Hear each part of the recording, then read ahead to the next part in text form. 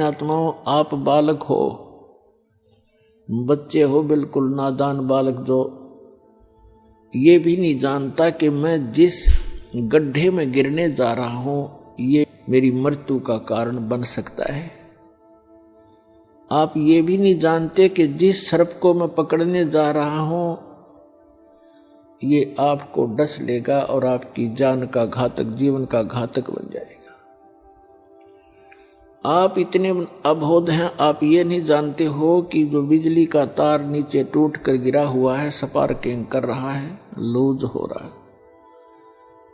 उसको आतिशबाजी जानकर वो बालक नादान पकड़ने की चेष्टा करता है और मृत्यु को प्राप्त हो जाता है। तो पुण्यात्माओं,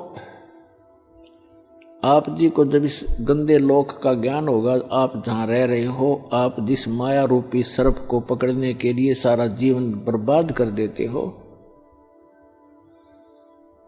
ये माया रूपी सर्प आपको खा जाएगा।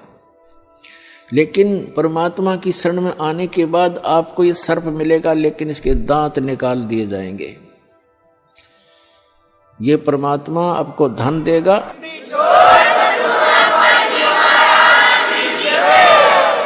आपको 1 नंबर से धन देगा, क्योंकि फिर ये आपको डसेगा नहीं। 2 नंबर से कमाया हुआ धन आपके लिए सर्प बन जाता है, और 1 नंबर से कमाया हुआ और दान धर्म के द्वारा प्रतिफल से प्राप्त किया हुआ धन, उस माया के फिर दांत निकाल दिए जाते हैं, वो डसती नहीं। तो आपको ऐसे तरीके से धनी बनाया जाएगा, फिर इस माया से परिचित कराया जाएगा कि सर्व सोने की लंका थी वह रावण से रणधीरम, एक पलक में राज बिराजी जम के पड़े जंजीरम।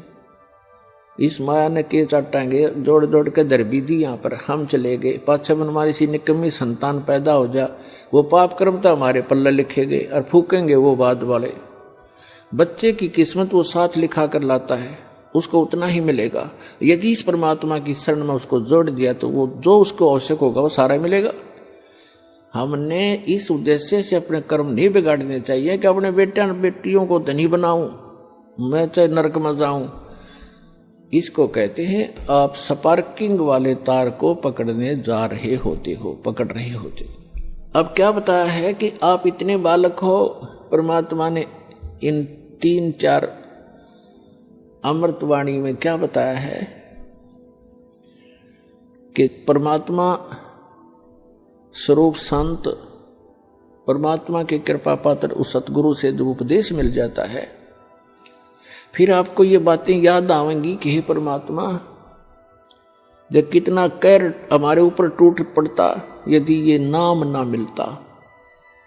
परमात्मा कहते हैं कि सतगुरु के उपदेश का लाया एक विचार, और जय सतगुरु मिलते नहीं जाते नरक द्वार। ओए होए, पुण्यात्मा हमारे को मिसगाइड कर रखा है यहाँ पर। भक्तिहीन, तत्व ज्ञानहीन संतों ने, संत के रूप में इन अज्ञानियों ने, कोई तो कहता कहीं स्वर्ग नहीं, कोई नरक नहीं, कोई कहता सतलोक में प्रकाश ही प्रकाश है, प्रकाश ही प्रकाश है, उसमें आत्मा से लीन हो जाती है जैसे बूंद समंदर में। इनको कहते हैं नीम हकीम खतराए जान, little knowledge is the dangerous thing. अब क्या बताया परमात्मा ने कि यहां जो बोले गए शब्द हैं, शब्द स्वर्ग भी है, शब्द नरक भी है, शब्द संसारिक दुख सुख अलग हैं।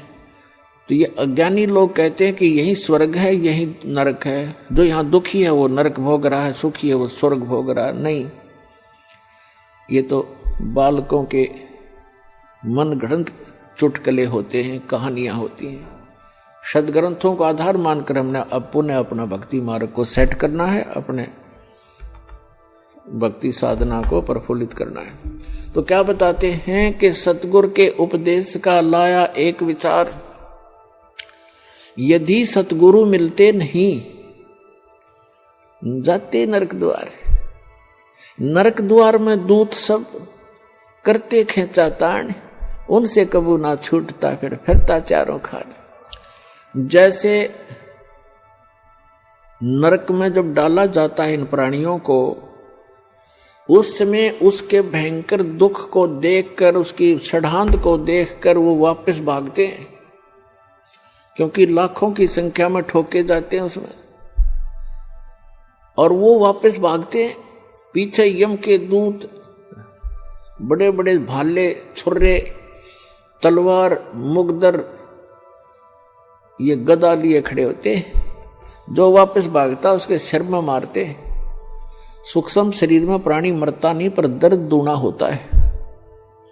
उनको ऐसे ठोका जाता जैसे पशु को फाटक में रोका करते हैं, लठ मार मार के, और फिर उसमें पटक देते हैं। तो वहां परमात्मा बताते हैं कि नरक द्वार में दूत सब वहां करते खेचातान, उनसे कदे नहीं छूटता, और फिर फिरता चारों खान। फिर उससे निकल कर नरक का जो समय भोग कर फिर बाहर आता तो 84 लाख प्रकार के इन प्राणियों के शरीरों में कुत्ते, गधे, सूअर, गंदी नाली के कीड़े, पशु पक्षी, जलचर, ये कष्ट और भोगने पड़ते हैं। और इस परमात्मा के सच्चे नाम से, सतगुरु की शरण में आने से ये सारे दुख बाईपास निकल गया आपके। अब विचार करके देखना पुण्यात्मा, अभी तो आपने पता नहीं इस अध्यात्म ज्ञान का, आपने लोक वेद सुना है, दंत कथाएं सुनी है, फिर मानव शरीर में जिसको जरा सा थोड़ा सा सुख है उसने भगवान की हो सकता ही नहीं। और जब कैर टूट जाते हैं फिर भगवान की खोज शुरू होती है, तो ये नकली संतान की कमी नहीं, इनको ब्रान माटी करवा देता है ये काल। लुटपेट कर आखिर में ये नास्तिक हो जाते हैं या मृत्यु को प्राप्त हो जाते हैं। दो ही ऑप्शन छोड़ता है। अब आपको परमात्मा मिले हैं, आपके अपने पिता मिले हैं। माता पिता कभी अपने बच्चे को दुख नहीं देगा, चाहे आप कितना दुखी हो ले। तो आपको वो परमात्मा अब मिले हैं, वो पिता मिले हैं आपके। आप इसकी मर्यादा में रहना और इस जहाज से उतर मत जाना, फिर आप देखना आपको कैसे सुख देगा।